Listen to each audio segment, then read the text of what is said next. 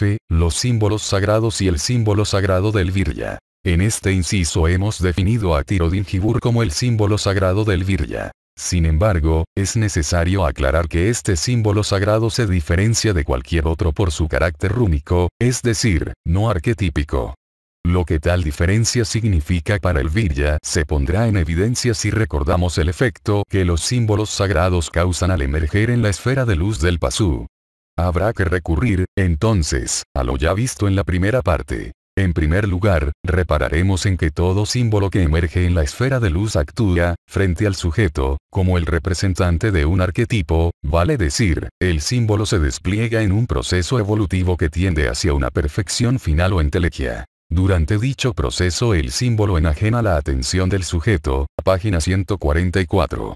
El símbolo y comilla, por ejemplo, se estabiliza frente al sujeto consciente en el nivel epsicomilla, ver figura 21. El nivel de estabilización de toda representación consciente se alcanza en un solo movimiento que comienza en la estructura cultural. En la figura 21, esto significa que el símbolo y comilla emerge desde el plano de significación hasta el nivel epsicomilla en un solo movimiento, progresivo hasta epsi y brusco hasta epsicomilla. En el nivel de estabilidad acaba la emergencia y comienza el proceso. La estabilidad de una representación es vivenciada por el sujeto como la aparición de la imagen, como un símbolo que de pronto emerge y se hace claro en la conciencia. Pero tal estabilidad no indica quietud, sino que señala solo un cambio en la actividad del símbolo. A partir de allí comienza un proceso entelequial que puede enajenar completamente la atención del sujeto a menos de que éste disponga de suficiente energía, o sea, voluntad, como para contrarrestarlo, página 147. En resumen, toda representación consciente, al estabilizarse, intenta desarrollar un proceso entelequial. Ello se debe a que, por estar conformada por símbolos arquetípicos, se comporta de manera análoga a la proyección en el plano material de los arquetipos universales y, como tal, tiende hacia una entelequia. Este proceso es, en realidad, solo la continuación del movimiento iniciado en los arquetipos invertidos en la memoria arquetípica por la razón. Puede hablarse, con propiedad, de un solo fenómeno dividido en varias fases. Fase 1, actualización de los arquetipos invertidos como esquemas del ente. Fase 2, representación racional, del esquema del ente. Fase 3, emergencia de la representación consciente. Fase 4, desarrollo del proceso entelequial frente al sujeto consciente. Naturalmente, la fase 4 es siempre interrumpida por la voluntad del sujeto, para mantener el control de la conciencia, una vez que ha obtenido suficiente conocimiento de la representación por su visión eidética. La capacidad del sujeto consciente de actuar volitivamente para desviar la atención de una representación es señal de una elevada evolución en la estructura psíquica del Pasú, pues tal afirmación del sujeto solo puede darse en un esquema de sí mismo de gran complejidad estructural. En un esquema de sí mismo que, justamente, se ha integrado con representaciones que han completado su entelequia del sujeto y forman parte, aunque desconocida, de la historia del microcosmos. Estamos, entonces, en que un sujeto consciente altamente evolucionado ha de ser capaz de evitar el proceso entelequial de las representaciones, proceso que éstas intentan desarrollar por ser, más allá de la imagen que representan, símbolos arquetípicos en plena actualidad. Sin embargo, existe un tipo de representación ante cuya elevada energía el sujeto consciente, aún el más evolucionado, no solo es volitivamente ineficaz sino que corre el riesgo de quedar irreversiblemente fragmentado o ser definitivamente disuelto. Tan peligroso tipo de representación se denomina mito y su imagen símbolo sagrado, página 196. ¿En qué radica el peligro de los símbolos sagrados para el sujeto consciente del Pasú? Respuesta. En que su proceso entelequial lo despliegan sobre el sujeto consciente, intentando apoderarse de su voluntad y tomar el control del microcosmos.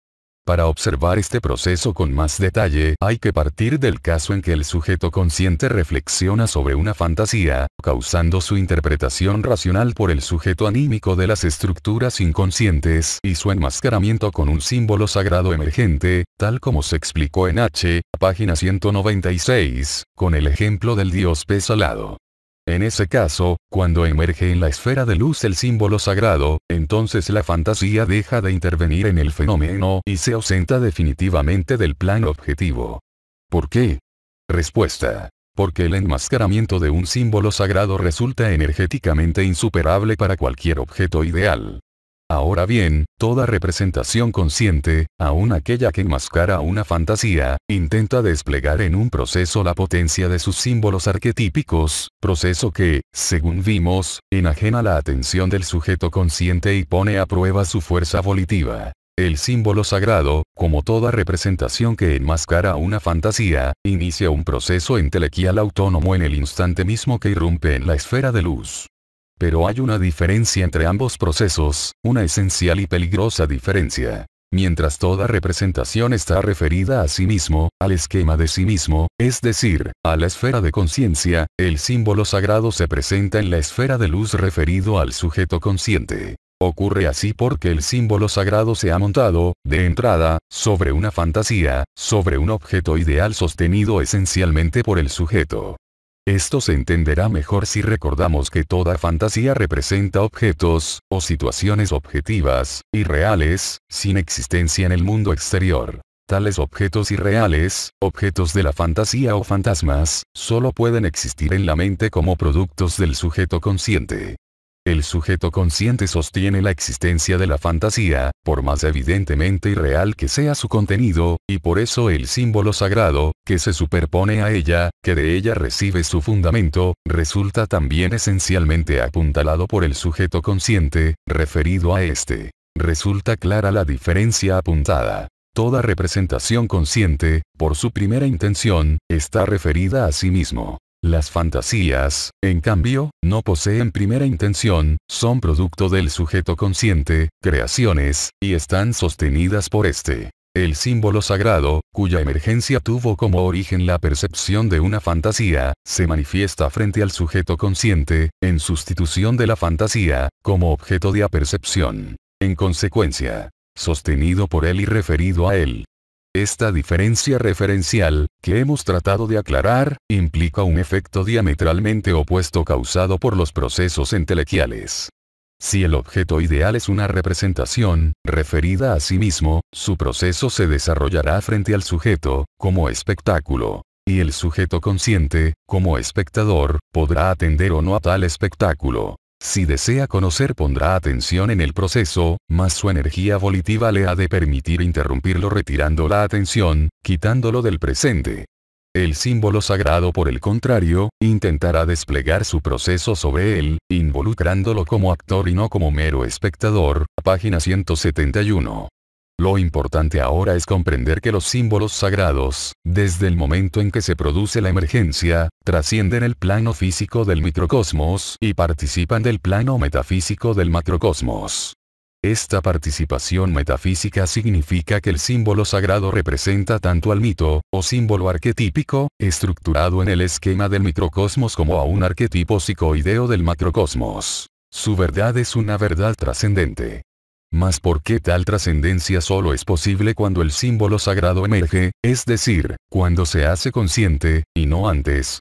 Respuesta. Porque solo entonces, cuando hay símbolo sagrado, representación de un mito, se da el caso de que un símbolo arquetípico, situado al principio de la escala formativa del designio, sea activado energéticamente por separado. Al actualizar el símbolo sagrado se desengancha un eslabón de la cadena. Pero tal eslabón solo puede existir por separado si participa de un arquetipo universal y es sostenido por este. Hemos visto que el mito puede fagocitar al sujeto cultural mientras se encuentre en su contexto esquemático y en tanto el sujeto manifieste debilidad volitiva. Pero si el sujeto se retira a su contexto habitual el mito no significa nada. Incluso el sujeto podría ignorar toda la vida, y esto es lo más común, la existencia de los mitos estructurados. Pero, si un mito es representado fuera de su contexto, ello equivale a separar el primer eslabón de una cadena evolutiva que va del arquetipo universal al ente, vale decir, equivale a actualizar en el microcosmos un arquetipo universal en el primer instante de su despliegue evolutivo. De modo que el símbolo sagrado, al emerger en la esfera de luz y sustituir a la fantasía como objeto de apercepción del sujeto consciente, está poniendo al sujeto consciente no en mero contacto con el mito esquemático sino con un arquetipo universal, y, a través de él, con el demiurgo. Es cierto entonces que todo símbolo sagrado, cualquiera sea su signo, desde el complejo Zeus olímpico hasta la abstracta cruz, representa a Dios del universo, a el Uno, al demiurgo cósmico. El símbolo sagrado, en un trasfondo metafísico que hay que trascender, participa, o es la manifestación revelada, de la voluntad del Uno. La voluntad del demiurgo, presente tras los símbolos sagrados, explica por qué su aparición frente al sujeto consciente no causa jamás una locura del tipo descrito como primer fenómeno en la página 168. Aquí, por el contrario de una regresión formal al mundo primitivo del mito, se corre el peligro de convertirse en representante de Dios en la tierra, profeta, enviado divino, reformador social, héroes, hombre del destino, etc. Vale decir, se corre el peligro de que el sujeto anímico se identifique con una función colectiva y cese de evolucionar como individuo. Tal el peligro que corre el sujeto consciente si es fagocitado por el símbolo sagrado. Pero en este caso se trata de una locura legal necesaria para los objetivos micro y microcósmicos de la finalidad del Pasú, página 173. Ahora bien, la afirmación de que todo símbolo sagrado representa a el Uno, y transmite su voluntad al sujeto anímico, se refiere, desde luego, a todo símbolo sagrado para el Pasú. En el caso del Virya, tal como se mencionó al comienzo, su símbolo sagrado Tirodinjibur presenta una especial diferencia con respecto a los símbolos sagrados para el Pasú que venimos considerando. Esta diferencia se pondrá de manifiesto si nos referimos a los símbolos sagrados iniciáticos, es decir, aquellos que son empleados colectivamente para iniciar a sus receptores en el conocimiento de una verdad metafísica. Con tal motivo, el iniciador comunicará al iniciado el símbolo sagrado y éste, por inducción trascendental, será capaz de ponerse en contacto con la verdad metafísica que el símbolo sagrado representa. Cuando ello ocurre se desarrolla un fenómeno psíquico análogo al que hemos descrito en el caso de que el símbolo sagrado enmascara y sustituye a una fantasía. El símbolo sagrado, revelado al sujeto consciente por inducción trascendental, se despliega en un proceso evolutivo e intenta fagocitarlo. Y este proceso se desarrolla inevitablemente, tanto si el iniciado es un Pasú como si se trata de un Virya perdido, debido, en este último caso, a que el yo perdido se haya subsumido en el sujeto consciente, extraviado en el camino Labrelix, y es incapaz de orientarse y subtraerse a la acción dominante del mito. Hay que confirmar, así, que todo símbolo sagrado, incluido Tirodinjibur, desarrolla en la esfera de luz un proceso entelequial sobre el sujeto consciente si el mismo es comunicado como símbolo iniciático. Naturalmente, un símbolo sagrado puede ser también dominado volitivamente por el sujeto consciente, pero tal posibilidad es efectivamente remota para el Pasú y solo un tipo Virya, el gracioso luciférico, conseguirá realmente detener su proceso, página 172. El hecho es que, por consistir en una configuración arquetípica de signos rúnicos, Tirodinjibur se desplegará inevitablemente sobre el sujeto consciente del Virya perdido, pues, como símbolo sagrado del Virya, será dado a conocer por un iniciador a fin de procurar el primer paso de la solución de Wotan. Incluso la identificación del sujeto consciente con el símbolo sagrado es buscada en el primer paso, cuando se introyecta el laberinto exterior por inducción para experimentar la gnosis del laberinto interior.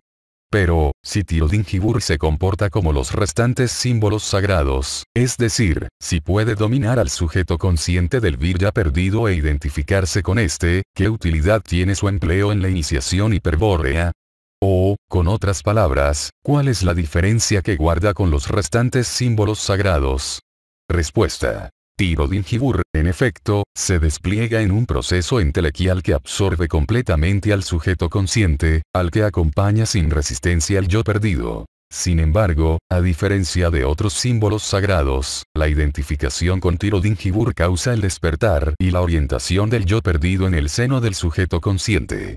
Vale decir, cuando el sujeto consciente se ha confundido con Tirodinjibur, cuando el sujeto consciente es el símbolo sagrado, entonces el yo perdido queda naturalmente situado en el laberinto interior y se descubre extraviado y desorientado. Tal descubrimiento es brusco. El yo perdido, como si despertara de un sueño, se encuentra sobre un tetrarque y cognoce por primera vez la secuencia búsqueda, opción, y elección. Pero, lo que es más importante, al despertar localiza frente a sí a la Plaza Tau, la salida del laberinto, es decir, el yo perdido, luego de despertar, se orienta.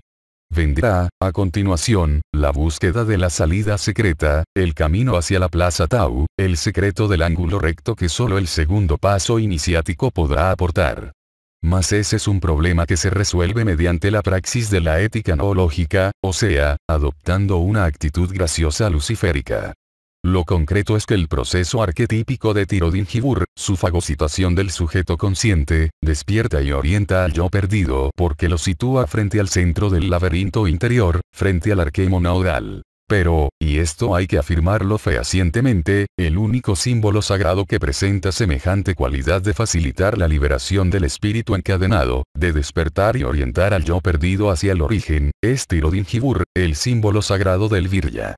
Los restantes símbolos sagrados, cualesquiera sean, son altamente peligrosos para el yo perdido pues, o aumentan su encadenamiento al situarlo en el centro de la cuadrangularidad de un templo o de una espiral, o lo disuelven al causar el escurrimiento del símbolo del origen luego de impulsar al sujeto consciente a dar el gran salto hacia el principio del arquetipo. Es indudable que Wotan, al proponer el primer paso de la solución mediante Tirodinkibur, ha contado con su proceso entelequial puesto que el mismo, la identificación del sujeto consciente con el laberinto interior, obliga al sujeto consciente a centrar al yo perdido.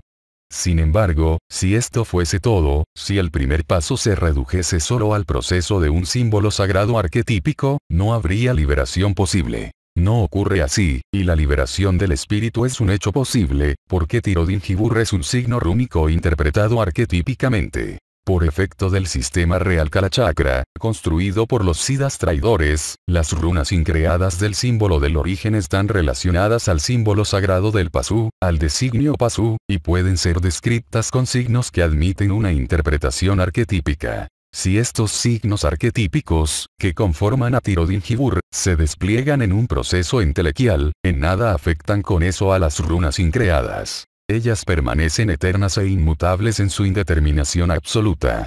Las runas increadas son la verdad del Virya y a ellas se dirigirá el yo, trascendiendo las formas arquetípicas de Tirodinkibur, mediante un análisis rúnico que desintegrará la superestructura de conexiones de sentido existente entre ellas y los signos rúnicos. Entonces la runa increada quedará expuesta a la aprehensión del yo y su éxtasis, en el kairos de la iniciación hiperbórea, le revelará la salida secreta hacia la Plaza Tau, el secreto del ángulo recto, y le concederá la inmortalidad en el arquemo naudal. A partir de allí, sucesivos éxtasis, le permitirán construir la escalera caracol hacia el origen Tau y la escalera infinita hacia el Selbst, transmutándose en Virya despierto, en pontífice hiperbóreo, y en Siddha Berserker. Ya ha quedado en claro la diferencia que presenta el símbolo sagrado del Virya con respecto a los símbolos sagrados para el Pasu. Tirodinkibur, el laberinto exterior de Wotan, es el único símbolo sagrado que facilita la liberación del yo encadenado.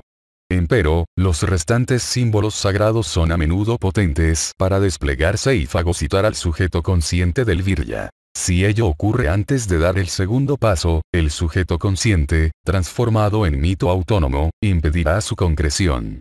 Es evidente que, luego del primer paso, serán los símbolos sagrados, las máscaras del demiurgo, los representantes del enemigo, los principales enemigos del Virya, quienes tratarán de impedir la liberación del yo encadenado, su inmortalización en el arquemo naudal.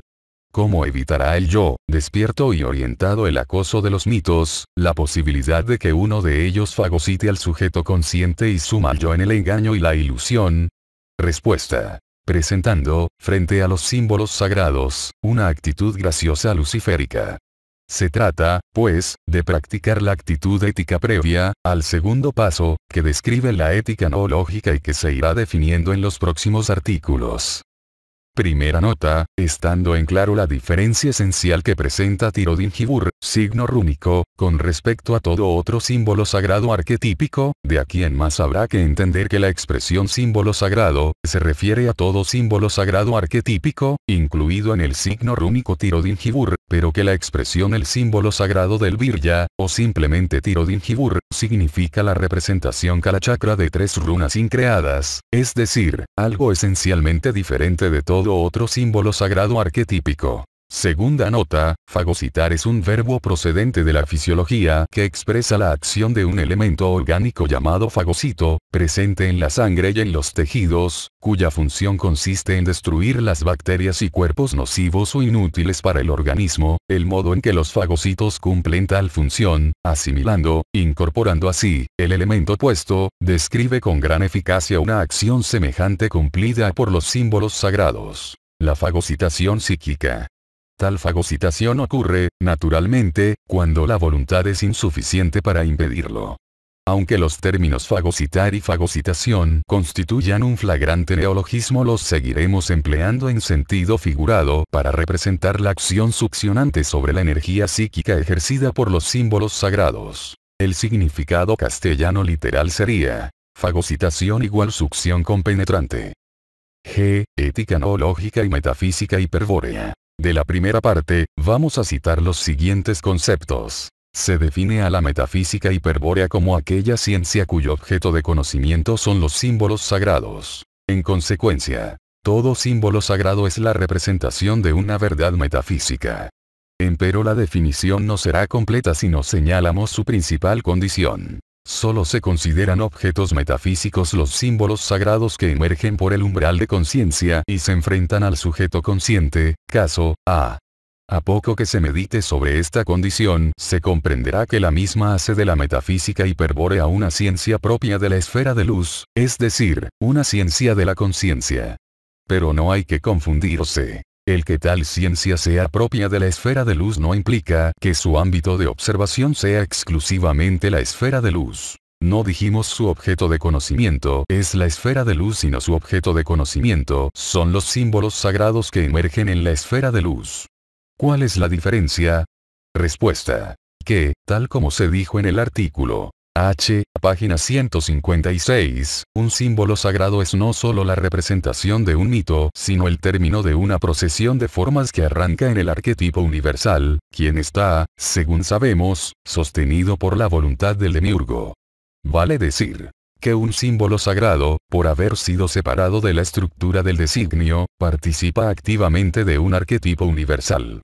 La metafísica hiperbórea, entonces, es una ciencia propia de la esfera de luz pero cuyo objeto de conocimiento, el símbolo sagrado, hace posible la trascendencia del microcosmos pues extiende su ámbito de observación al plano arquetípico del macrocosmos. Por supuesto, la metafísica hiperbórea solo puede ser practicada por los viryas y siddhas ya que nada parecido al conocimiento de los arquetipos universales está permitido al pasú. Pero, si al pasú le está vedada la posibilidad de trascender los símbolos sagrados, ¿qué sentido tiene su aparición? ¿Por qué el demiurgo ha previsto su emergencia? Respuesta. Por un motivo operativo. En el demiurgo, a través de los arquetipos universales, quien se propone operar sobre el pasú en determinados momentos de su historia. Y tal operación es posible porque los arquetipos universales se manifiestan en los símbolos sagrados y estos participan de aquellos. He aquí las posibilidades operativas. El símbolo sagrado ha emergido como representación de un mito, como efecto de la racionalización de una fantasía. O bien ha sido enseñado por un instructor cultural, un iniciador, y el pasú lo ha aprendido. Lo ha tomado el sujeto cultural como impresión sensible y lo ha percibido el sujeto consciente como representación consciente, vale decir, como símbolo sagrado emergente en la esfera de luz. O, también, el símbolo sagrado puede haber surgido en la superestructura del hecho cultural exterior y haber sido captado como descubrimiento, etc. En cualquier caso, sin que influya la manera como el símbolo sagrado ha llegado a ser conocido por el pasú, lo efectivo es que, al aparecer en la esfera de luz, indefectiblemente participará de un arquetipo psicoideo que ejercerá su acción sobre el sujeto. Ahora bien, ¿cuáles son esos momentos determinados de la historia del pasú en los cuales emergen los símbolos sagrados que permiten la operación de los arquetipos psicoideos, es decir, durante los cuales la voluntad del sujeto resulta dominada por una voluntad trascendente? Respuesta. Tales momentos propios de la historia del pasú, pero que no son ajenos a la historia de su comunidad sociocultural puesto que existe un cierto paralelismo entre la estructura cultural y las superestructuras de hechos culturales, son momentos de crisis. Los símbolos sagrados tienen por función tender un puente sobre la crisis, relevando al sujeto anímico evolutivo, al alma, por un instante o por un tiempo más prolongado, del control del microcosmos. Pero ello ocurre, naturalmente, cuando el sujeto carece de voluntad para imponerse al proceso entelequial del símbolo sagrado. Justamente, los momentos de crisis son aquellos en los que el sujeto anímico está desfalleciente, quizá desesperado, sintiendo que se hunde irremediablemente en las tinieblas de una situación insuperable. Página 178. Pues bien, la sabiduría hiperbórea afirma que el primer paso de la solución de Wotan causa en el sujeto consciente una crisis subruna. Esto significa que el despertar y la orientación del yo perdido, su ubicación frente a la fenestra infernalis del arquemo nodal para buscar la salida secreta, producen en el sujeto consciente la inequívoca sensación de que se interrumpe su continuidad vital, de que la corriente temporal de conciencia se detiene y abisma algunos instantes interminables. Es entonces cuando emergen los símbolos sagrados más peligrosos, correspondientes a mitos de extrema seducción, y acorralan, al yo orientado, contra la fenestra infernalis del arquemo nodal. Es allí cuando el yo debe exhibir la actitud graciosa luciférica, suspendiendo la tensión dramática, reduciendo la potencia del símbolo sagrado, y aprovechando su detención para conocer su verdad metafísica, para explorar el plano arquetípico invirtiendo el sentido del símbolo, es decir para robar, como Prometeo, el fuego del cielo. Todo virya que haya efectuado el primer paso de la solución de Wotan deberá soportar la crisis subruna del sujeto consciente, y sus intentos emergentes. Analógicamente, esta es la circunstancia que plantea la crisis subruna. El yo se encuentra frente al umbral de conciencia, sumido aún en el sujeto consciente. Sin embargo, tras haber dado el primer paso de la solución de Wotan, la gnosis del laberinto interior le ha permitido orientarse y situarse junto al arquemo nodal. Con rigor, el yo se apoya en el ángulo recto beta, figura 86, mientras trata de hallar la salida secreta, el secreto del paso a la plaza Tau. En tanto no se concreta el segundo paso, el yo orientado está apoyado, es decir, de espaldas al ángulo recto y de frente al umbral de conciencia. Es entonces cuando sobreviene la crisis subruna del sujeto consciente. El sujeto consciente experimenta la súbita independencia del yo, producto del primer paso, como una resistencia interior de su fuerza volitiva. Por eso se siente enajenado y desfalleciente. Pero esa fuerza volitiva interior que se revela, no es otra que la fuerza poderosa del yo perdido, quien, en su búsqueda de orientación, arrastraba al sujeto consciente en sentido evolutivo, de acuerdo al objetivo de la clave genética, ver página 452. Así, el yo orientado resta su fuerza volitiva al sujeto consciente y éste experimenta la crisis subruna. Su reacción es consecuente. Reclama una salvación, una ayuda para superar el momento crítico, un puente que una las orillas del abismo. Y la ayuda no se hace esperar porque está prevista en el plan microcosmos del designio Pazu. Surgen entonces, de lo profundo de la esfera de sombra, los símbolos sagrados. Van emergiendo en la esfera de luz distintas representaciones de mitos estructurados, que intentan completar su proceso entelequial fagocitando al sujeto consciente y asumiendo el control del microcosmos. Si al menos uno de estos símbolos sagrados concreta su propósito, el sujeto consciente se verá libre de la angustia crítica y, por el contrario, se sentirá fuerte y poderoso como un dios. Claro que este cambio solo significa que el sujeto se ha identificado con un arquetipo universal y que es el arquetipo, el mito, quien domina el microcosmos. Naturalmente, en un caso semejante el yo orientado está perdido pues, si no ha conseguido dar el segundo paso y aislarse en el arquemo nodal, será nuevamente subsumido en el sujeto consciente, sometido al peor grado de extravío en el camino Labrelix. El mito, y tras del mito el demiurgo, se encargarán de extremar las determinaciones del engaño. De aquí que sea una cuestión de capital importancia para el yo orientado el modo de evitar el proceso de los símbolos sagrados. ¿Es posible tal pretensión?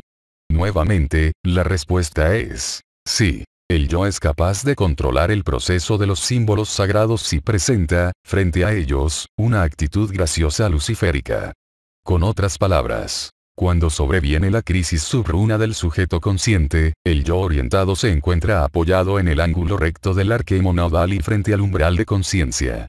emerge, entonces, frente a él, un símbolo sagrado que intenta desplegarse con gran potencia. Si ese despliegue se concreta, el yo orientado estará nuevamente perdido. Pero el yo consigue detener su proceso, y aún invertir el sentido para explorar su esencia arquetípica, presentando una actitud graciosa luciférica. Como vemos, la actitud graciosa luciférica es el comportamiento del yo orientado frente a los símbolos sagrados, es decir, frente a los objetos de conocimiento de la metafísica hiperbórea. Esto equivale a afirmar que la ética noológica requiere ser comprendida en un contexto metafísico.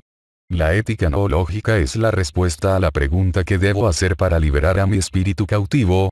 Pregunta que se plantea el yo solamente cuando está orientado, es decir, cuando se encuentra apoyado en el ángulo recto y frente al umbral de conciencia. Vale decir, crisis subruna mediante, apoyo en el ángulo recto y frente al símbolo sagrado emergente. O, con más precisión, apoyado en el símbolo sagrado del Virya y frente al símbolo sagrado emergente.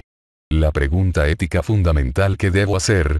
La plantea el yo, entonces, por imperio del acto ético fundamental que consiste en estar apoyado en el símbolo sagrado del Virya y frente al símbolo sagrado emergente. Este acto, cuya definición sintética es el yo frente al símbolo sagrado, es claramente, un acto metafísico. Por consiguiente, la ética noológica se refiere exclusivamente a un acto interior, el yo frente al símbolo sagrado, y no considera a ningún acto exterior. Del hecho cultural solo toma en consideración a las representaciones conscientes que hayan asumido la dimensión de símbolos sagrados, por ejemplo, los símbolos iniciáticos introyectados por inducción trascendental.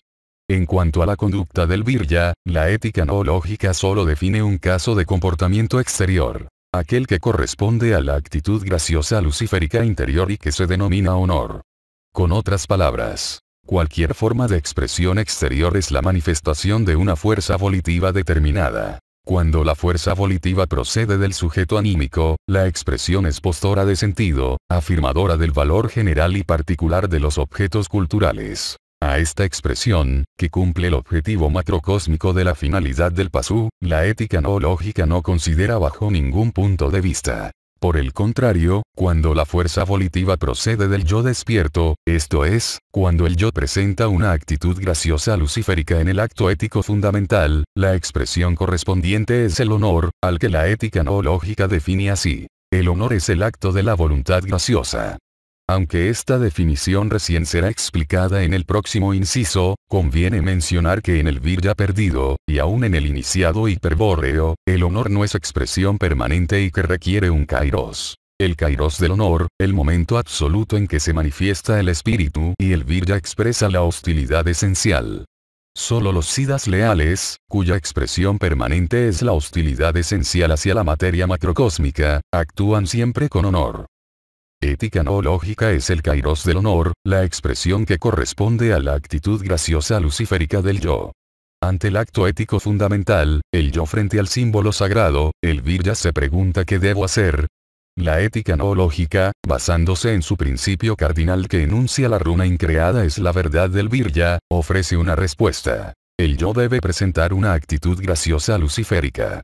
Y la sabiduría hiperbórea confirma. Solo adoptando una actitud graciosa luciférica el yo podrá evitar el proceso de los símbolos sagrados y conseguirá aislarse en el arque monodal, el centro del laberinto interior, entonces actuará con honor, la única moral del Virya. La actitud graciosa luciférica será definida, más adelante, como propia de un tipo de Virya perdido. El gracioso luciférico. La ética noológica describe a este tipo, junto al lúdico y al sacralizante, como integrante de una tipología psicológica de los Viryas perdidos denominada aberro. Esta tipología, que comenzará a desarrollarse a partir del siguiente artículo con la descripción del tipo lúdico, se refiere en todos los casos al acto ético del yo frente al símbolo sagrado. Así, los tres tipos básicos de Virya perdido, lúdico, sacralizante, y gracioso luciférico, se definen por la actitud que el yo perdido asume frente al símbolo sagrado. H. Actitud lúdica y degradación de los símbolos sagrados. En el artículo se analizó la deformación de una serie de signos laberinto exterior y se demostró que todas las diferencias con respecto a Tirodinjibur responden a un plan de los siddhas traidores de Chang Shambhala. El objetivo de este plan se propone, finalmente, cambiar el significado del signo laberinto exterior para evitar su utilidad en la solución de Wotan al problema del encadenamiento espiritual. Por el contrario, el símbolo sagrado del Virya, degradado y deformado, transformado en representación de la llave Kalachakra, ha de contribuir al encadenamiento espiritual. ¿Quiénes son los encargados de llevar adelante este plan? Respuesta. Son los mismos Viryas perdidos quienes, con su actitud lúdica, causan la degradación de los símbolos sagrados y su posterior deformación. En este, y en los siguientes artículos, vamos a describir y a estudiar tal actitud desde una perspectiva ético-noológica. Recordemos que el Virya perdido degrada los símbolos sagrados con su actitud lúdica y que solo mediante una actitud graciosa luciférica, actitud ética previa, podrá dar el segundo paso que conduce a la liberación espiritual. Para asumir esta última actitud deberá prescindir totalmente de la actitud lúdica y restituir a los símbolos sagrados su significado metafísico. Una primera idea de la actitud lúdica podremos obtenerla a partir del primer paso de la solución de Wotan. Hay que considerar, para ello, la posibilidad de que el Virya no ejecute el paso inductivo entre el laberinto exterior y el laberinto interior, limitándose, en cambio, a proyectar el sujeto sobre el laberinto exterior. Vale decir, que, en lugar de interpretar la idea despertadora de búsqueda, opción y elección, y experimentar la gnosis del laberinto interior, el Virya proyecta el sujeto anímico sobre el laberinto exterior y juega a resolver el problema del laberinto.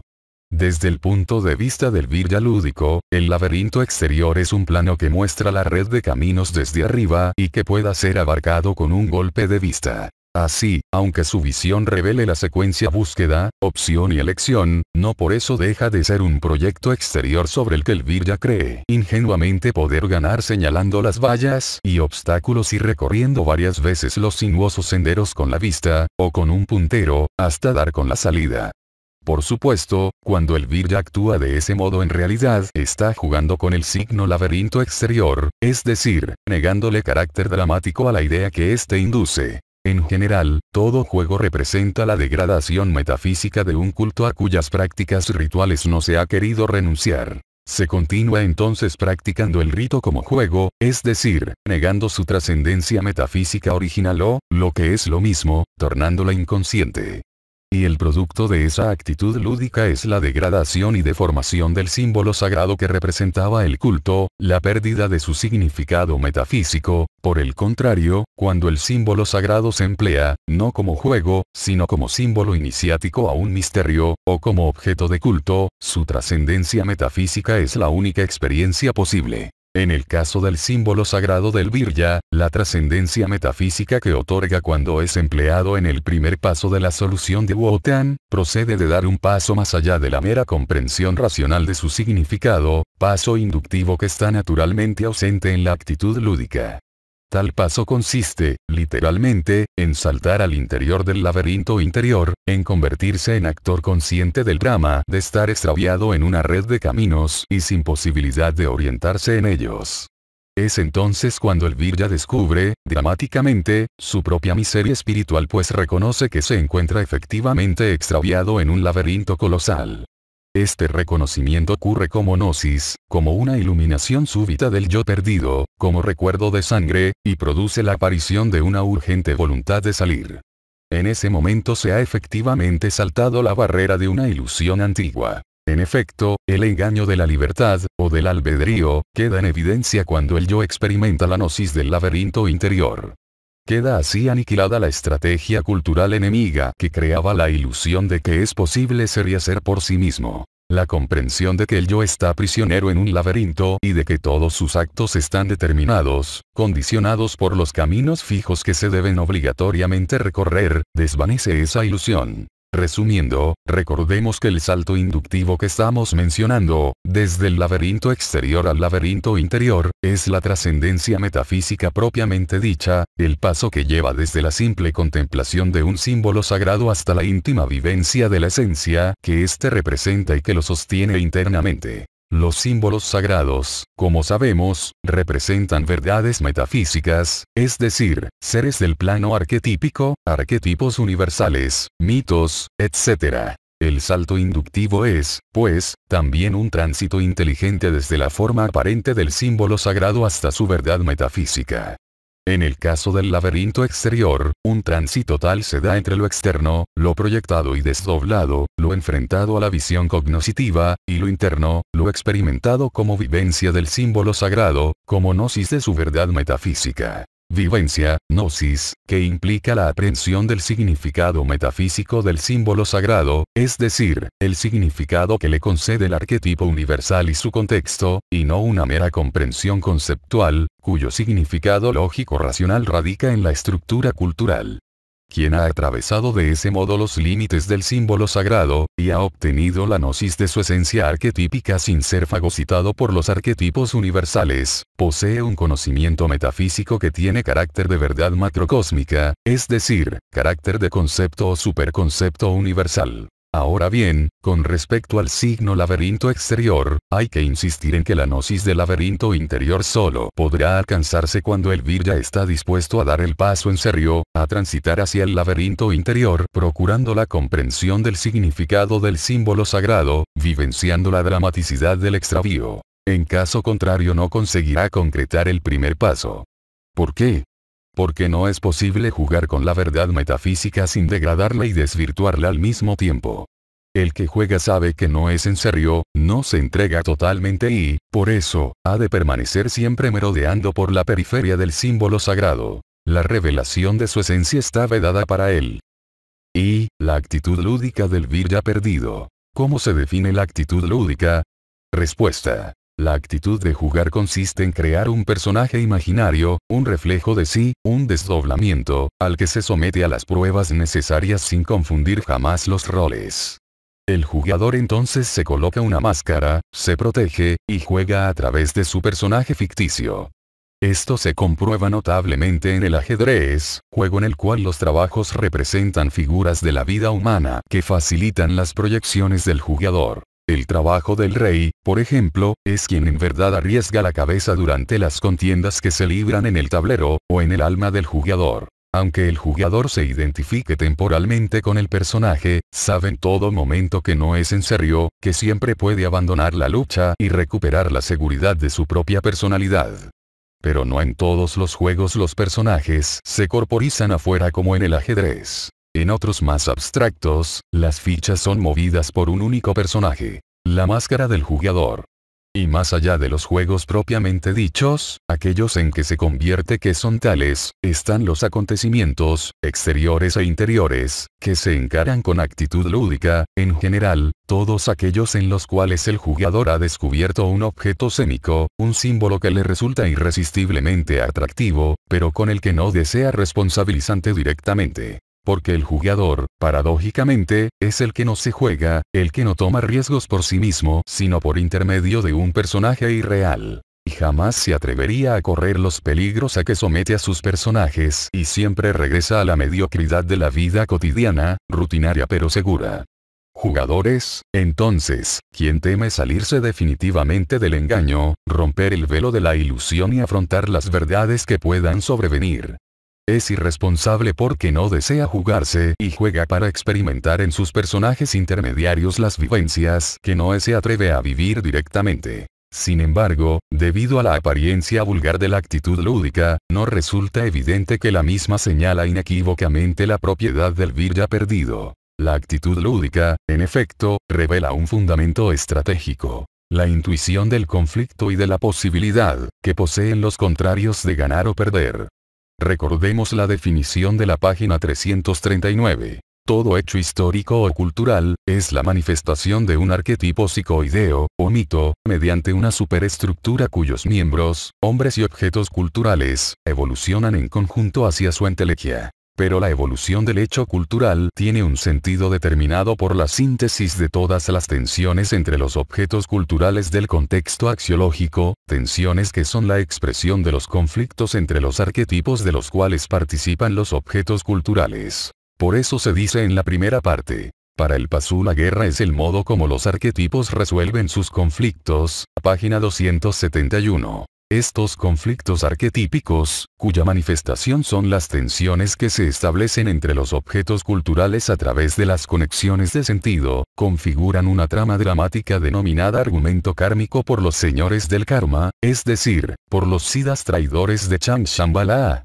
Y en el argumento kármico interviene el pasú inconscientemente, desempeñando un papel predestinado, actuando en representación de los arquetipos y participando de sus conflictos. Pero el pasú debe actuar en el drama sin sospechar jamás el argumento kármico ni su misma existencia. De lo contrario se debilitarían las tensiones dramáticas y el arquetipo astral perdería potencia para capturar al pasú en la superestructura del hecho cultural. Así, ignorando las tensiones argumentales que lo impulsan, el pasú toma parte activa en los conflictos arquetípicos y lucha por la vida, es decir, lucha por vivir o por sobrevivir. El virya perdido, por su parte, presenta dos actitudes típicas. Normalmente, es decir, cuando el yo perdido se haya sumido en el sujeto consciente y no manifiesta sino su fuerza volitiva, el virya es actor inconsciente e ignora como el pasú los conflictos arquetípicos. Las situaciones conflictivas de la vida, la polémica o la guerra, lo arrastran siempre como protagonista activo sin que llegue a interrogarse sobre su esencia ni a sospechar el argumento kármico.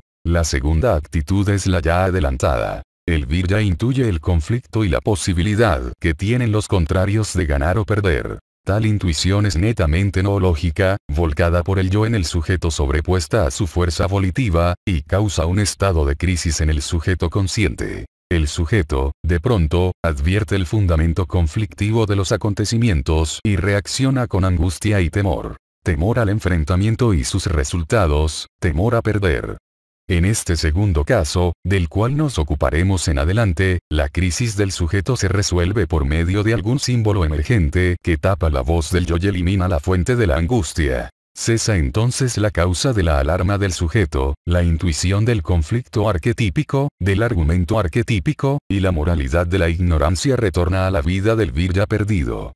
El siguiente paso consiste en tomar partido e intervenir activamente en la lucha, definiendo un sentido particular en el contexto axiológico, es decir, integrándose en la superestructura del hecho cultural. Pero no todos dan ese paso. El motivo es que en algunos viryas la intuición metafísica del conflicto arquetípico, interpretada en términos sémicos por el sujeto cultural, resulta una experiencia extremadamente atractiva. Ocurre entonces que el yo expresa atracción por el conflicto o por sus símbolos representativos en tanto que el sujeto experimenta el temor antes descrito, sin que le resulte posible tapar completamente la expresión del yo. De esta tensión entre el yo y el sujeto consciente surge como resultante la actitud lúdica. Con otras palabras, muchos viryas perdidos prefieren no comprometerse en el conflicto, cediendo al temor del sujeto anímico, mas, no consiguiendo subtraerse al deseo de participar del conflicto o de sus símbolos, por influencia del yo, adoptan un disfraz cultural y juegan al conflicto, dejando a sus títeres la tarea de resolverlo. Básicamente el jugador, reconocer del conflicto, procura evitar que éste se instale en su propia vida porque es consciente de las posibilidades en que se debaten los contrarios. Ganar o perder. Y él no desea perder.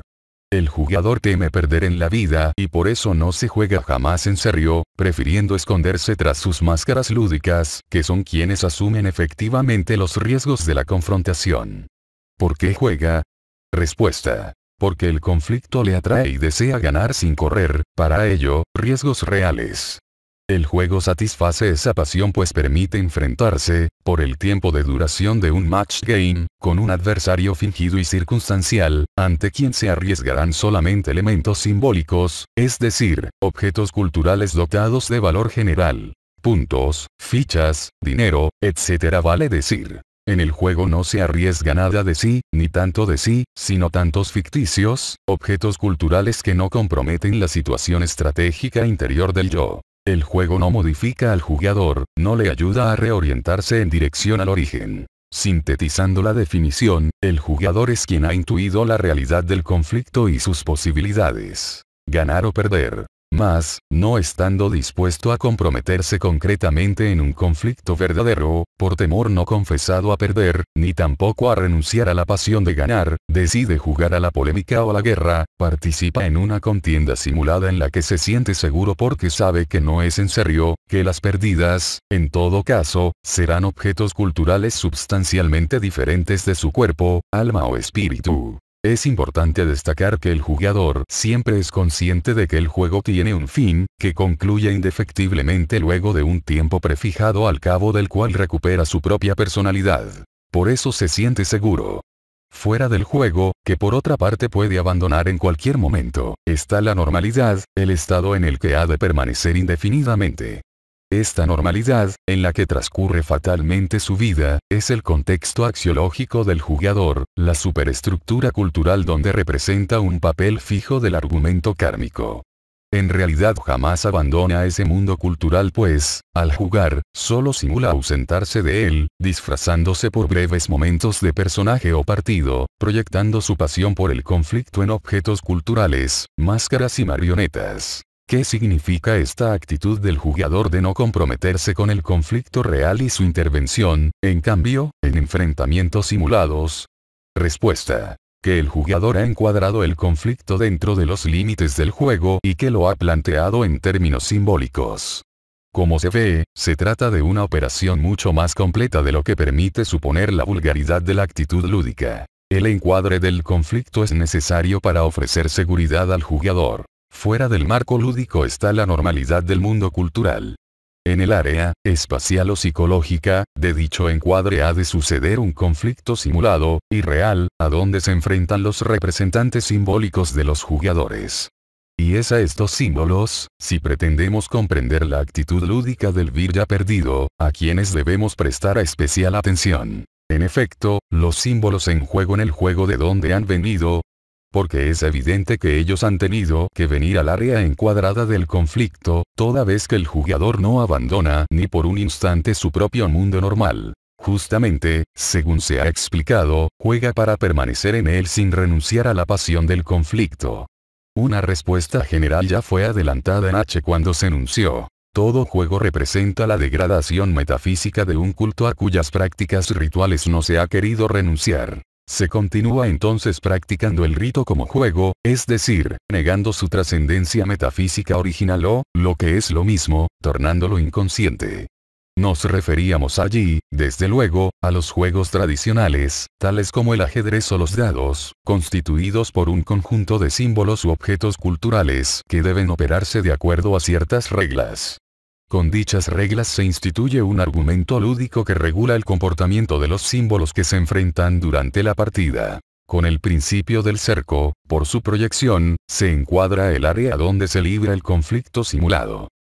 J. Promoción sinárquica de la actitud lúdica. Nos hemos referido a los juegos tradicionales para ejemplificar en general, pero aquí vamos a destacar que en particular la actitud lúdica es adoptada por el Virya perdido en múltiples situaciones de la vida corriente. No se trata en estos casos de antiguos cultos degradados, sino de acontecimientos actuales que el Virya perdido reduce a los términos de un juego, es decir, los encuadra y los plantea como un conflicto simulado. ¿Para qué lo hace? Respuesta. En particular, el Virya perdido encara como un juego aquellos hechos culturales a los que desea vaciar de contenido dramático. Procura así participar del hecho cultural pero sin asumir compromiso o responsabilidad alguna, quitando seriedad a su papel protagónico. Por ejemplo, todos conocemos sujetos don Juanes que juegan con las mujeres simulando toda suerte de afectos, pero que huyen ante el menor atisbo de obligación, es decir, de seriedad, en la relación. Y como existe toda una especie de tipos psicológicos correspondientes a sujetos irresponsables hacia otros símbolos aparte de la mujer. Por ejemplo, el empleo, el hogar, los préstamos, la patria, etc., son conceptos que habitualmente se encuadran en términos lúdicos, vale decir, todo hecho que, tomado seriamente imponga una cierta obligación. El jugador en estos casos intenta evadir cualquier compromiso que lo ligue con el hecho, quitando a toda seriedad, negando su carácter dramático y vivenciándolo como un juego. Se cumplen entonces las condiciones de la actitud lúdica. encuadramiento del conflicto dentro de los límites del juego y su planteo en términos simbólicos. En el ejemplo anterior, el Don Juan encuadra el conflicto en torno de una mujer símbolo. El juego consiste en seducirla, presentándose ante ella provisto de una máscara agradable. Se gana si la mujer símbolo se entrega a su títere. Se pierde en caso contrario. Para la sabiduría hiperbórea, de acuerdo a la ética noológica, demostrar una actitud lúdica hacia la vida significa un auténtico suicidio estratégico. Al negar carácter dramático al hecho cultural se está desconociendo el proceso arquetípico que lo produce y su evolución hacia la entelequia, finalidad que representa para el espíritu cautivo una catástrofe. La actitud lúdica hacia la vida produce un daltonismo noseológico que es característico en el virya perdido y una de las causas principales de su confusión estratégica. Pero la actitud lúdica será difícil de desterrar puesto que la cultura occidental, hábilmente dirigida por la sinarquía, le promueve en todos los niveles de la educación como medio adecuado para perfeccionar la capacidad de decidir. En efecto, existe una compleja teoría matemática de los juegos que, con el concurso de ordenadores electrónicos, permite investigar modelos analógicos de situaciones o hechos reales. Los negocios, business game, o la guerra, war game, pueden simularse en un juego cibernético, por ejemplo, el cual, desarrollado a gran velocidad, permite anticipar infinidad de variantes probables y evaluar alternativas. Basándose en tales métodos cibernéticos, y en la creencia de que la opción que tiene un jugador es efectivamente una decisión, se ha inventado una teoría de las decisiones a la que pomposamente se denomina estrategia. Ni que decir que el origen de esta esquela ha sido los Estados Unidos y que sus conceptos tienen hoy aceptación universal.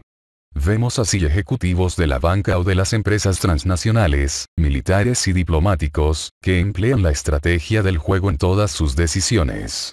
Pero estos jugadores de alto nivel, que hoy dirigen el mundo, son noseológicamente daltónicos. Sus decisiones de máxima solo benefician a la sinarquía. Y más debajo de los ejecutivos estrategas, pragmáticos y despiadados para ganar dinero, el occidente capitalista siguiendo el modelo el American Way of Life produce diariamente millones de nuevos jugadores daltónicos, viryas perdidos que se incorporan a la vida dispuestos a competir para ganar. Naturalmente, la amoralidad de un modo de vida que induce a sus partícipes a competir como en un juego en el cual para demostrar destreza hay que destruir efectivamente al adversario, está a la vista. Así, cualquiera puede caer en el encuadre de un juego ajeno, planteado por un jugador que ambiciona ganar dinero símbolos o prestigio símbolo, y ser destruido sin piedad. Y este crimen es lícito, incluso fomentado y alentado por la sociedad occidental si se comete en el marco de un business game, por ejemplo. Solo agregaremos una palabra sobre la falacia con que se pretende justificar la actitud lúdica hacia la vida. Esta falacia es la tan famosa capacidad de decisión que dispondrían los ejecutivos, businessmen, diplomáticos, políticos, juristas, directores, etc., occidentales por el solo hecho de haber competido toda la vida hasta trepar a una alta posición. La verdad es que cuando el encuadre lúdico se efectúa sobre la sociedad, dicho marco queda sostenido por una superestructura de hechos culturales. Es decir, por arquetipos astrales que procuran desplegarse durante el match game, capturan al jugador y determinan las opciones, de manera que, cualquiera sea la decisión, siempre favorezca a la evolución kármica. Como cabe esperarse, entonces, de ciudadanos competentes, formados en una filosofía de vida lúdica, competitiva y amoral, sus decisiones son completamente ilusorias, esencialmente determinadas por las reglas del juego político, militar, diplomático, económico, etc. Y esa ilusión de decidir, vanidosa creencia, la padecen por ejemplo tanto los que optan entre pagar o no un crédito, devolver o no un libro, juego del préstamo, como el que decide obtener por medio de una dádiva, el favor de otra persona, que decide también entre aceptar o no, juego del soborno. Así como el gobernante que decide aliarse con tal o cual línea de la sinarquía, juego de la diplomacia, etc. Estas no son decisiones verdaderas puesto que las opciones son falsas.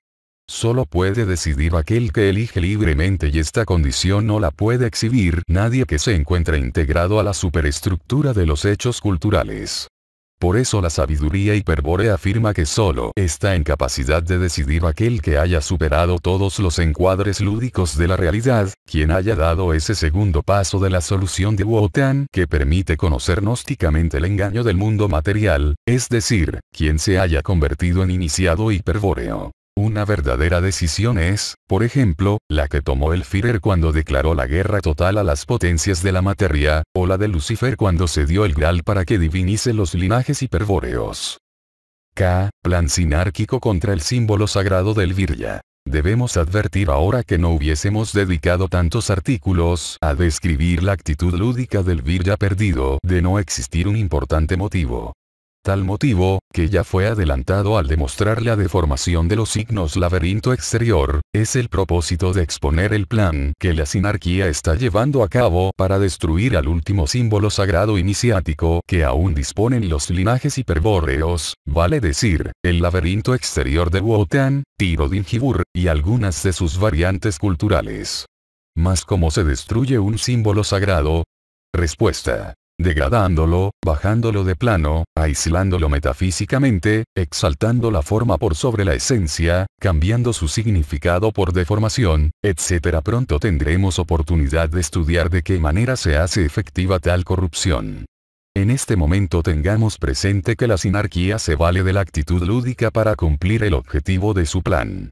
En efecto, hemos visto que el juego consiste en el encuadre de un conflicto planteado en términos simbólicos y también que el jugador actúa de ese modo por temor. Los símbolos del juego son, así, las expresiones degradadas de ciertas realidades trascendentes intuidas por el jugador y a las que éste no ha querido tomar en sentido sagrado o ritual sino en sentido lúdico.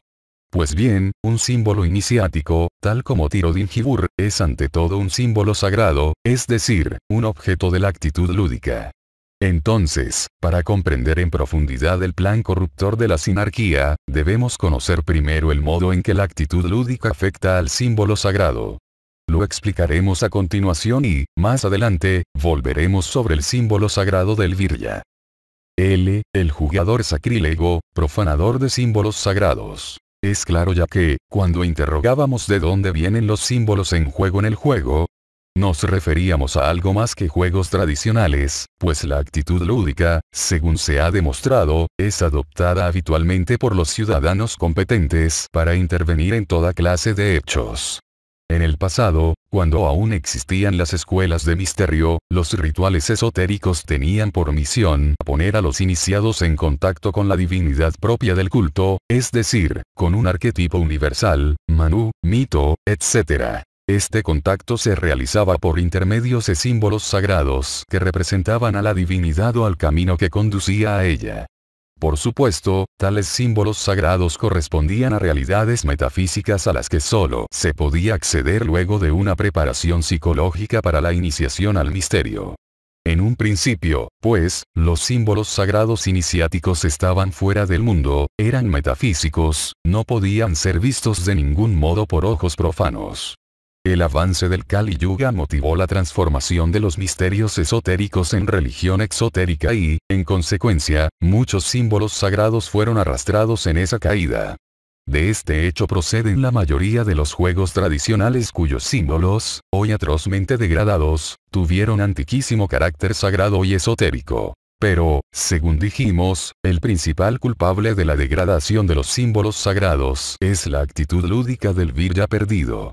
Esto ocurre cuando el Virya presenta una actitud lúdica en el acto ético fundamental, es decir, el yo frente al símbolo sagrado. Tal actitud lúdica interior, asumida por el yo frente al símbolo sagrado, define al tipo de jugador sacrílego, el que profana y degrada los símbolos sagrados.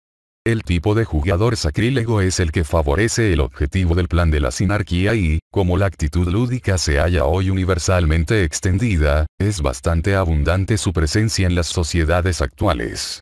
Veamos, ante todo, de qué modo la actitud lúdica interior afecta al símbolo sagrado. Más adelante, empero, se describirá al tipo de jugador sacrílego. Recordemos que todo símbolo sagrado es la representación de una verdad metafísica. Recordemos, también, que la actitud lúdica encubre una postura ambigua de temor, a comprometerse directamente, y de atracción, por el conflicto y la posibilidad de ganar.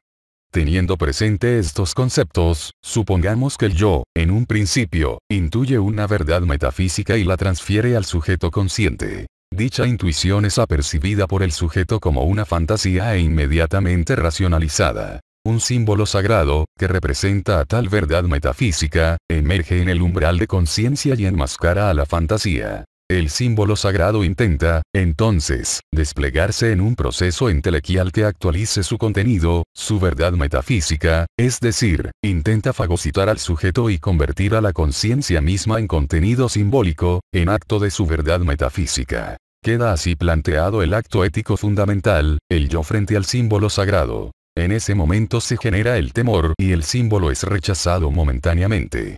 Pero posteriormente se comprueba que la verdad intuida ejerce una atracción irresistible y que el símbolo amenaza con instalarse nuevamente en la conciencia. La ambigüedad se origina en la confrontación entre la tendencia anímica del sujeto, que teme a la crisis y a la acción consecuente del símbolo sagrado, y la tendencia no lógica del yo perdido, que demuestra atracción por el símbolo y su verdad metafísica.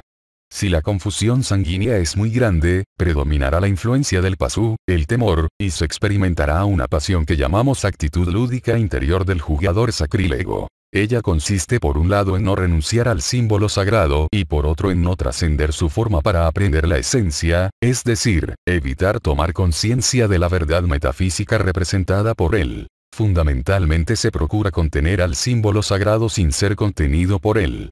Por supuesto que tales propósitos no podrán conseguirse sin degradar al símbolo sagrado, sin atraerlo hacia el encuadre interior del juego. Debe entenderse, en síntesis, que los símbolos sagrados caen al encuadre lúdico interior porque el jugador sacrílego ha establecido inicialmente una competencia directa con ellos, para apoderarse de ellos y satisfacer la pasión de jugar con ellos. Comencemos ahora por el principio. El jugador sacrílego inicia su actitud lúdica cuando se dispone a jugar con un símbolo sagrado que le atrae pero con el que no desea, o teme, comprometerse. El símbolo sagrado para ser así un objeto de juego contra el cual se plantea el desafío de sujetarlo en la inmediatez del jugador mediante el encuadramiento degradador. Ahora bien, un símbolo sagrado no es cualquier símbolo. Su potencia es mayor porque el símbolo sagrado participa del arquetipo universal, lo representa y facilita su manifestación. El símbolo sagrado es la expresión de la divinidad o el mito. Por eso cuando el objeto del juego es un símbolo sagrado el jugador sacrílego adopta una actitud que va más allá del temor o la irresponsabilidad. En ese caso el jugador sacrílego necesita profanar el símbolo sagrado y degradarlo lo suficiente como para neutralizar su potencia. Solo así podrá jugar con él sin peligros, tomarlo entre sus manos y gozar de su exterioridad, sin necesidad de atravesar jamás esa forma, que será entonces nada más que una cáscara, y toparse con su contenido oculto, con su esencia trascendente. De aquí que constituya un error considerar al jugador sacrílego como meramente profano, cuando en realidad él es un profanador nato, un corruptor semiótico. Solo es profano si los símbolos sagrados ya han sido profanados y no queda nada por corromper y degradar. En el jugador sacrílego nos enfrentamos a una actitud clásica de desconcierto estratégico en la cual se adoptan permanentemente posturas ambiguas. Se busca sin declarar la búsqueda. Se pretende tener sin estar dispuesto a dar. Se acepta participar pero sin compromisos, etc. Debemos declarar, no sin cierto pesar, que de tal actitud ambigua participan la mayoría de los lectores de libros esotéricos. En efecto, leer libros esotéricos es otra clase de juego practicado por ciertos jugadores que se sienten irremediablemente atraídos por el ocultismo, pero que también experimentan, consecuentemente, un temor no confesado a comprometerse en algo, o a que el conocimiento esotérico al que suponen propio de una élite, les obligue a abandonar cosas, a pasar pruebas, etc. No obstante ese vago temor, como corresponde a todo jugador, continúa girando alrededor de los símbolos sin traspasarlos jamás, pero albergando la esperanza de que un golpe de suerte cambie las cosas y un día, quizá leyendo algún libro raro, consigan ganar un conocimiento superior que, entonces, no habrá costado nada. Naturalmente, unos jugadores tales son estúpidamente egoístas, incapaces de arriesgarse realmente, y, por lo tanto, sumamente difíciles de reorientar estratégicamente. Para mostrar con profundidad esa actitud profanadora y el medio del cual se vale para conseguir sus propósitos, la corrupción y degradación, vamos a exponer ese aspecto de la psicología del jugador mediante una alegoría esclarecedora. La alegoría del señor Luxor y el leopardo símbolo. El tipo de jugador que estamos considerando es el jugador sacrílego, el que juega con los símbolos sagrados a los que previamente ha degradado como medida de seguridad para aproximarse a ellos sin peligro. Este tipo es análogo al del señor Luxor, un virya perdido a quien atraen irresistiblemente los leopardos, pero en quien coexiste también el temor de ser atrapado y devorado por ellos.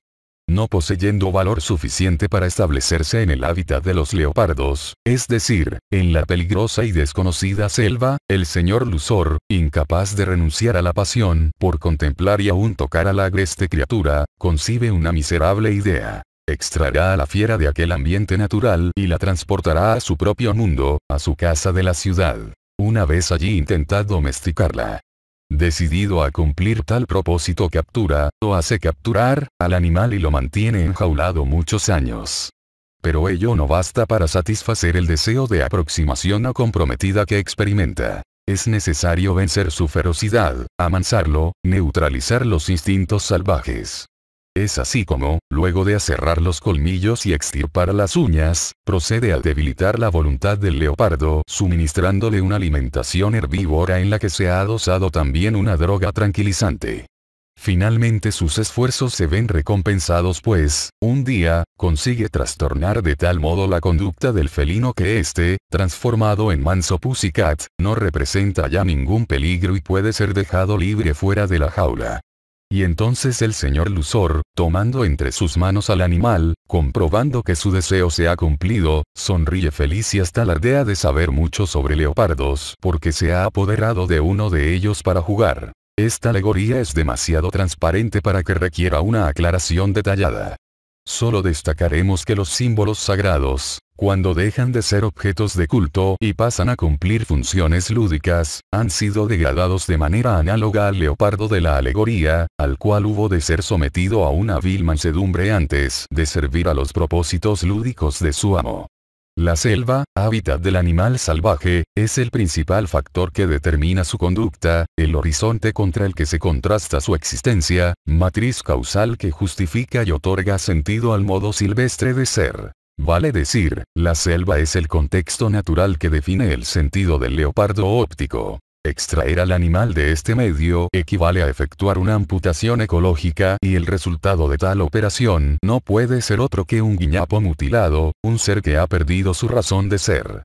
Por otra parte, un leopardo contrastado contra un horizonte urbano es sin duda una caricatura que recuerda al original. Esto es, el recuerdo de algo que podría ser pero que allí, sobre esas calzadas asfaltadas, junto a esas antenas de televisión, no es ni será. Nuestro hombre no posee un leopardo, entonces, sino un ser en descomposición que no tardará en desintegrarse. Sin embargo, esa posibilidad no preocupa porque lo que se desea no es conservar el ser sino su apariencia exterior, su forma. Y esa forma de leopardo que ha perdido su esencia salvaje, porque era inseparable del horizonte selvático, esa cáscara moteada, es insertada artificialmente en el medio urbano para entretenimiento y solaz de su captor. Por eso cuando se considera al animal adaptado al hábitat humano, es decir, domesticado, hace tiempo que el leopardo ha muerto, aunque su cadáver sea animado por un fantasma cultural creado por el hombre. Se comprende así que con tal leopardo zombie se podrá jugar sin peligro, aproximándose cuanto se quiera a su forma hueca, pero jamás se logrará penetrarla y encontrar algo más que conceptos culturales depositados previamente, es decir, proyectados por el mismo observador. De la esencia, del alma felina y salvaje, nada queda. Nada para revelar y conocer. Hasta aquí la alegoría.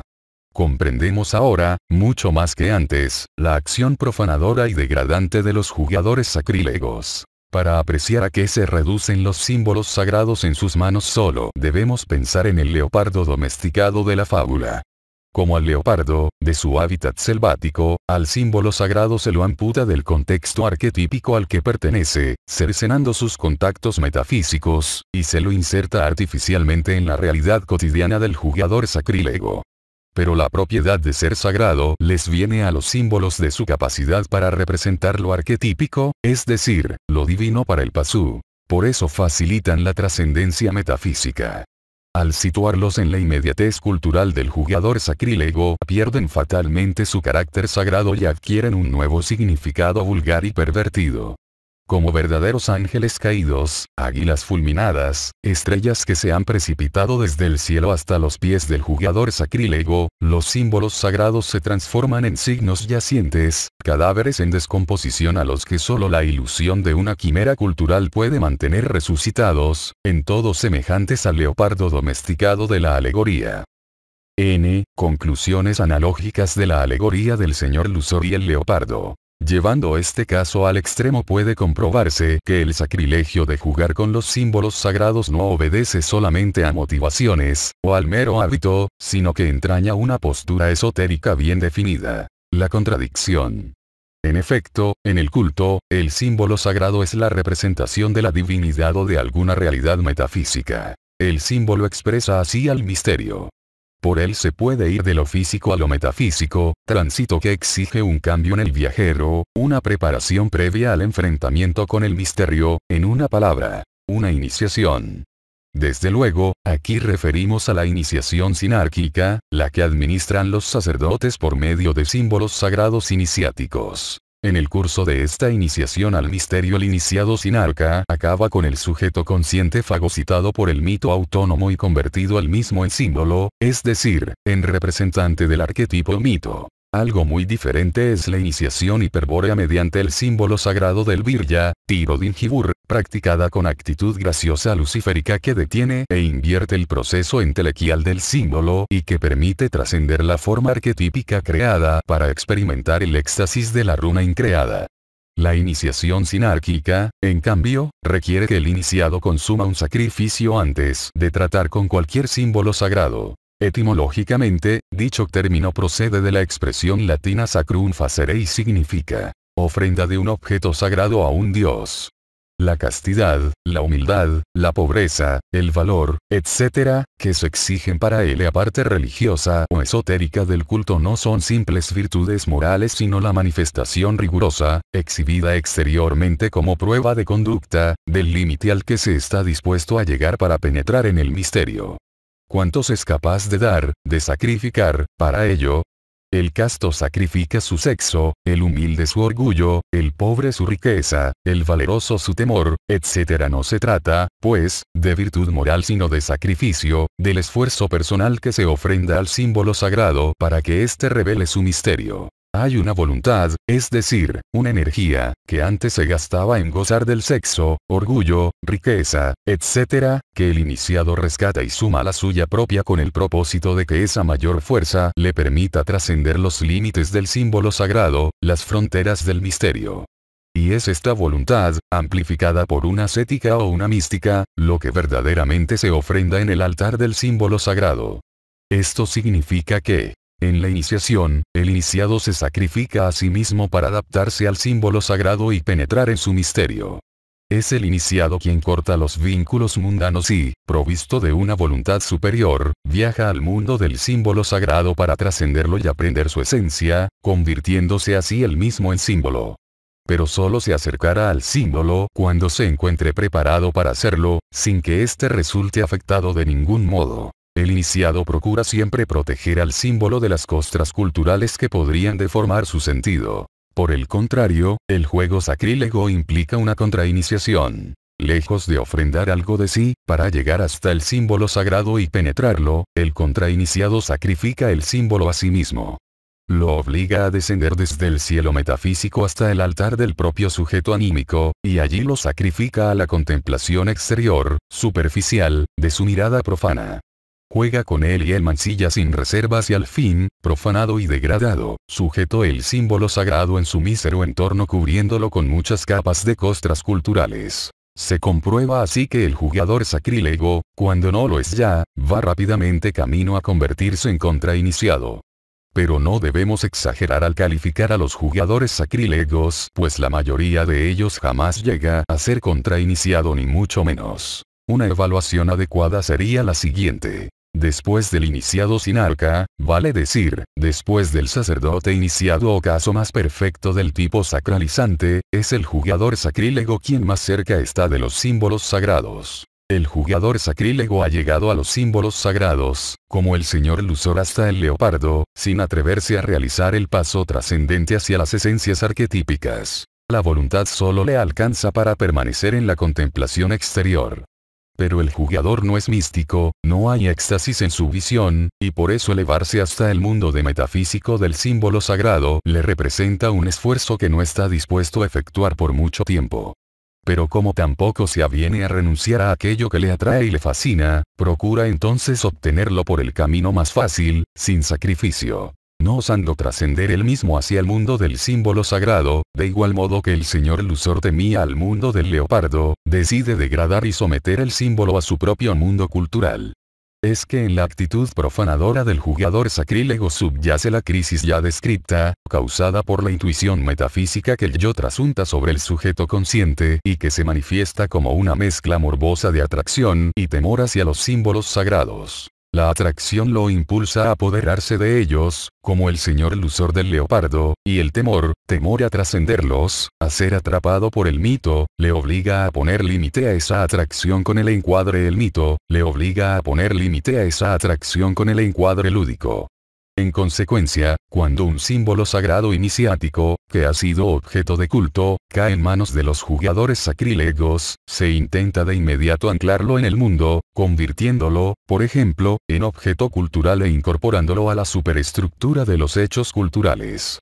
Por último, luego que se lo ha sujetado con eslingas culturales, es decir, con conexiones de sentido, se comprende al símbolo sagrado con conceptos referidos a principios culturales conocidos. Se lo dota, así, de un nuevo significado, claro en el contexto de tales conceptos, que posibilita inferir leyes, reglamentos, códigos, etc., es decir, modos seguros de aproximación. Para citar solo un ejemplo archiconocido sobre la actitud profanadora y corruptora de los jugadores sacrílegos, recordemos que la mayoría de los antiguos juegos, ajedrez, I Ching, dados, tarots, etc., fueron en principio objetos de culto, símbolos sagrados, instrumentos tácticos hiperbóreos, a los cuales se les neutralizó la función esencial redefiniéndolos culturalmente, dotándolos de reglamentos convencionales que permiten manipularlos sin peligro y los colocan al alcance de las masas. Como última conclusión, invitamos a una breve reflexión, que debe hacer todo virya perdido cuya conducta se asemeje a la del jugador sacrílego.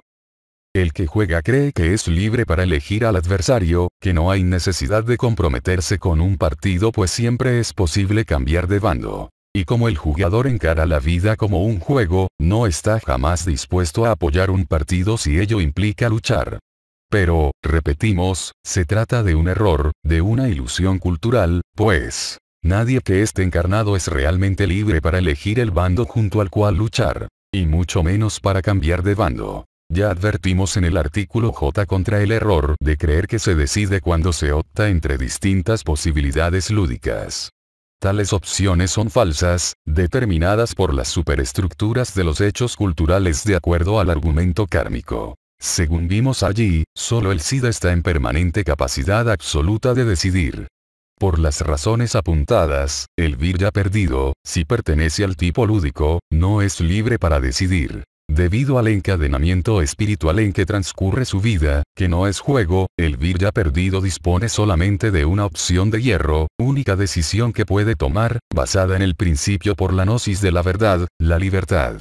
O lucha por el linaje hiperbóreo, su partido, o se expone a una segura destrucción. Nadie puede pasarse al bando de la sinarquía si su sangre aún conserva el recuerdo del origen. Ni nadie abandona dicho bando si participa de él conscientemente. Tales hipótesis son absurdas y si, a pesar de todo, los sidas traidores lo aceptan en la jerarquía, será solo para sumirlo en la confusión, para acelerar aún más su próximo fin. En la novela La extraña aventura del Dr. Arturo Siegnahl, el instructor Konrad Tarstein le dice estas palabras al aspirante SS Kurt von Sudermann. Ni usted ni yo, ni nadie, puede elegir porque la elección ya ha sido hecha, en otra esfera de conciencia, en otro mundo. No nos queda más que afrontar nuestro destino, que es también el destino de la humanidad, y agradecer por haber sido señalados para tan augusta misión. Nuestro jefe, Cristo Lucifer, es el más bello Señor, pero también es el más intrépido, Padre del valor. No debemos ni soñar con defraudarle. Objetivos del plan sinárquico contra el símbolo sagrado del Virya. El estudio detallado de la acción corruptora de los jugadores sacrílegos obedece al propósito de alertar sobre el plan que la sinarquía lleva adelante para destruir al símbolo sagrado del Virya, tal como fue declarado en la parte final del artículo K. Hemos visto ya de qué manera los jugadores sacrílegos corrompen a los símbolos sagrados hasta neutralizarlos y convertirlos en objetos de juego, es decir, en símbolos encuadrados en un sistema reglamentado del contexto habitual o de un contexto ajeno a la verdad metafísica que representan. Se consigue así cambiar su significado pero conservar su forma. Como objeto de juego los símbolos sagrados se ponen al alcance de las masas, las cuales, mediante el agregado de incontables capas de costras culturales, completan la obra de degradación. El resultado final es que la verdad metafísica se olvida colectivamente, es decir, se torna nuevamente inconsciente. Y ese efecto es el que la sinarquía procura causar con la mayor eficacia en el caso del símbolo sagrado del Virya, el laberinto exterior de Wotan. Se procura principalmente que los viryas perdidos conozcan su forma vulgarizada y olviden o desconozcan su significado iniciático, los dos pasos de la solución de Wotan al problema del encadenamiento espiritual. Para concretar ese objetivo, la sinarquía ha elaborado un plan que consta de dos partes. Primero, degradar los signos laberinto exterior hasta quitarles todo vestigio de su significado iniciático. Segundo, sembrar la confusión colectiva sobre el significado verdadero del signo laberinto exterior y afirmar, en lo posible, un nuevo significado. Comentaremos en una la primera parte con cierto detalle y luego, más brevemente, la segunda. 1. Primera parte del plan. Degradación del signo laberinto exterior. Para degradar un símbolo sagrado no se necesita más que ponerlo al alcance de los jugadores sacrílegos, descubrirlo al interés de los profanadores para que estos lo corrompan. Para cumplir esta primera parte del plan, se han puesto en práctica una variedad de métodos que van desde los crucigramas laberinto, crossword más puzzle, destinados a vulgarizar la forma simbólica sin hacer mención de ella, hasta las elucubraciones pseudocientíficas de los conocidos autores de libros esotéricos o de antropología, agentes de la sinarquía, quienes desembosadamente pretenden trabar una discursión racionalista en torno de los mismos.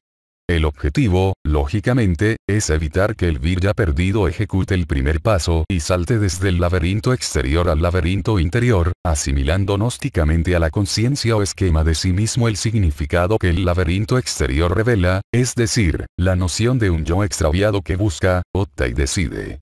La actitud lúdica es la mejor defensa que la sinarquía dispone contra ese peligro, pues ella conduce al jugador a efectuar una manipulación solo exterior del signo del laberinto, al que ha previamente encuadrado, es decir, anclado en la inmediación cultural de su mundo exotérico y profano.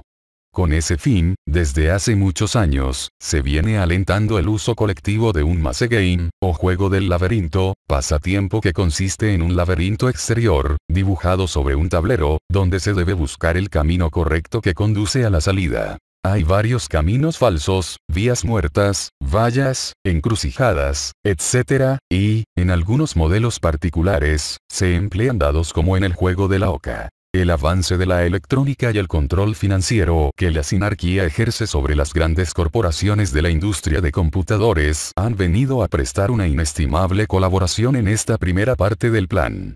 La sinarquía, en efecto, está produciendo y estimulando su imitación, y distribuyendo en todo el mundo, miles de máquinas tragamonedas, flipper slot machine, basadas en el principio del maze game y controladas por ordenador electrónico. La máquina dispone de una pantalla o periférico de vídeo y teclas, o palancas de mando, que el microprocesador está programado por el fabricante para que, a cada nueva partida, o match game, se represente en la pantalla un laberinto, o maze, diferente. El juego aquí consiste en dirigir a la pequeña figura brillante, generalmente un hombrecillo, por los canales del laberinto en pos de la ansiada salida, mientras los controladores internos califican los tropiezos, vías muertas, etc., con distintos puntajes que al final, totalizados, suman un score. Se gana cuando el hombrecillo alcanza la salida, o el score es favorable, o el tiempo de tránsito es corto, etc. Por supuesto que, fuera de las máquinas tragamonedas, los programas, software, de Maze Game a bajo costo hacen posible que este juego se practique también en millones de ordenadores personales que existen en todo el mundo. Es evidente que en este sofisticado Maze Game computado condensa y resume todo cuanto venimos advirtiendo. La contemplación que el jugador efectúa del laberinto encuadrado en la pantalla de vídeo no puede ser más superficial. La degradación cultural del símbolo es en este caso completa, tal como conviene al plan sinárquico. Es interesante destacar que el hombrecillo brillante, al que hay que guiar por los tortuosos senderos del Maze Game, cumple la función de representar al jugador en el área del conflicto. Sobre este representante concreto el jugador proyecta su alter ego, es decir, el otro yo en que se desdobla su conciencia al manifestar la actitud lúdica. De este modo quien se encuentra efectivamente prisionero del laberinto, afrontando el conflicto, corriendo los riesgos, intentando ganar, no es el jugador sino su alter ego, el hombrecillo brillante que deja de existir por un simple tilt del interruptor de alimentación eléctrica. Por otra parte, aunque un golpe de vista al Maze Game haga posible captar la idea de búsqueda, opción y elección, es sumamente improbable que dicha idea sea concientizada. Debido al encuadre a que se ha sometido al símbolo y a la poca seriedad con que la actitud lúdica debe referirse al juego. Más claramente, el encuadre produce en el jugador la convicción de que el significado, que revela el laberinto exterior, expresa solo aspectos de la mecánica operativa del juego. Búsqueda, opción, elección son así actos circunscriptos a la mera funcionalidad lúdica. Desde la pantalla de un Maze Game el significado verdadero será impotente, entonces, para cumplir con su misión iniciadora de inducir al yo perdido a extenderse en el descubrimiento del laberinto interior. Además se comprende fácilmente que así ocurra pues. Sería inconcebible que alguien consiguiese trascender un símbolo al que previamente ha encuadrado para asegurar su inmanencia. 2. Segunda parte del plan. Confundir y desorientar al tipo gracioso luciférico. La segunda parte del plan sinárquico se proponía sembrar la confusión colectiva sobre el verdadero significado del signo laberinto exterior y afirmar, en lo posible, un nuevo significado. El cambio de significado se consigue deformando al símbolo sagrado del Virya y situándolo en otro contexto, por ejemplo el de un juego. Eso ya está claro. Lo que falta determinar aún es a qué tipo de personas va dirigida esta parte del plan. En pocas palabras, a quienes se intenta confundir. Con seguridad no a los jugadores sacrílegos, ni siquiera a los jugadores vulgares, pues para ellos está destinada la primera parte del plan. Entonces, ¿a quiénes? Respuesta. A los viryas perdidos que expresan sin saberlo el tipo gracioso luciférico. Para comprender la respuesta hay que tener presente que el plan mencionado se ejecuta con técnicas de la estrategia psicosocial.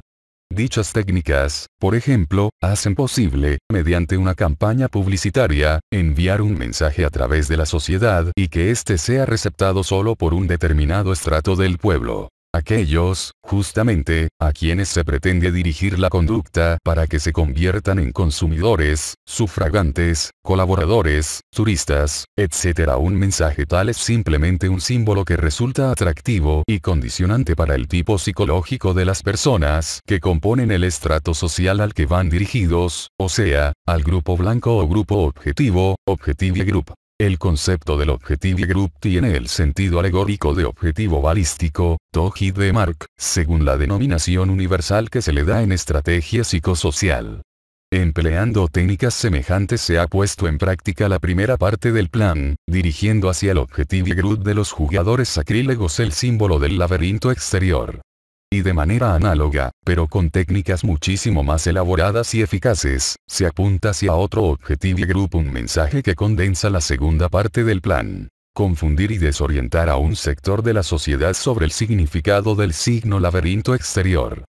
Tal sector es el compuesto por aquellos viryas perdidos cuyo perfil psicológico natural los torna permeables al significado verdadero del signo laberinto exterior. Ellos son quienes podrían saltar espontáneamente del laberinto exterior al laberinto interior al comprender el significado de búsqueda, opción y elección. Y a ellos es a quienes se busca confundir con el cambio de significado. Es el Objective Group compuesto, según la respuesta anterior, por viryas perdidos del tipo gracioso luciférico. Habría pues que replantear la pregunta e indagar por el tipo psicológico del segundo Objective Group.